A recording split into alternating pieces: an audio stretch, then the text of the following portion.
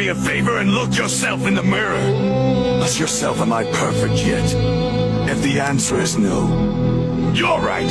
Being the best version of yourself is part of self-improvement. It's either reaching your limit or breaking your limit. The first step to improve is to realize you're not perfect. Ask yourself who you are. Who you want to become. What are you gonna do about it? A man conquers the world by conquering himself. Learn how to take control over your body and mind. When someone can make you angry, they become your master. Depression is just an illusion. If you tell yourself that you can't do it, then you can't. It's about believing yourself.